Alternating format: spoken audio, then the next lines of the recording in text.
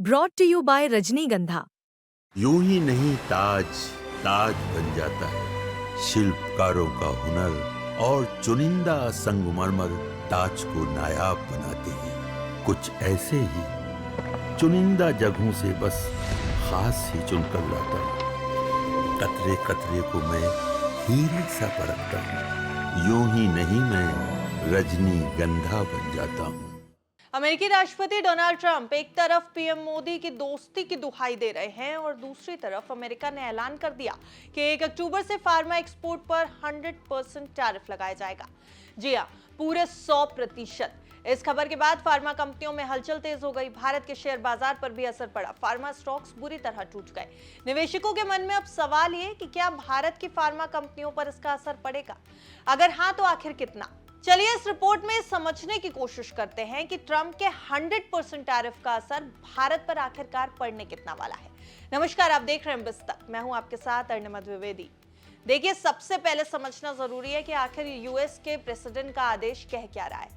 1 अक्टूबर 2025 से अमेरिका सभी ब्रांडेड और पेटेंट दवाओं के इंपोर्ट पर 100% टैरिफ लगाएगा। यह टैरिफ तब तक लागू रहेगा जब तक एक्सपोर्टर कंपनी अमेरिका में खुद का मैन्युफैक्चरिंग प्लांट शुरू ना कर दे। और एक्टिव मैन्युफैक्चरिंग का मतलब है प्लांट का काम शुरू हो चुका हो या फिर निर्माणाधीन हो, यानी कि काम चल रहा हो। अब भारत की फार्मा उद्योग के दिग्गजों का कहना है कि ट्रंप टैरिफ को लेकर चिंता करने की बिल्कुल जरूरत नहीं है। क्यों? क्योंकि भारत लंबे समय से दुनिया का फार्मा हब रहा है। फार्मेक्सिल में pharma export promotion council of India का कहना है कि इस टैरिफ का भारत पर कोई खास असर नहीं पड़ेगा। असल में भारत अमेरिका को जो जेनरिक दवाएं सप्लाई करता है, वही अमेरिका के लिए सबसे बड़ी बचत है।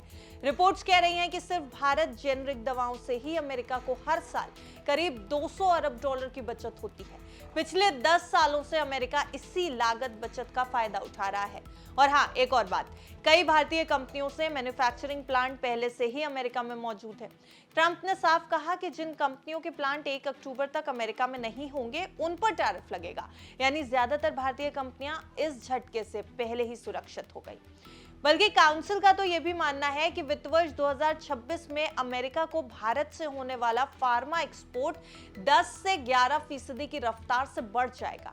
फार्मेक्सिल के अध्यक्ष नमित जोशी की माने तो भारत अमेरिका की करीब 47% दवा जरूरतों को पूरा कर रहा है, चाहे कैंसर यानी ऑन्कोलॉजी की दवाएं हो, एंटीबायोटिक्स हो या फिर क्रॉनिक डिजीज के लिए मेडिसिन। भारत की दवाएं अमेरिका की जरूरत है।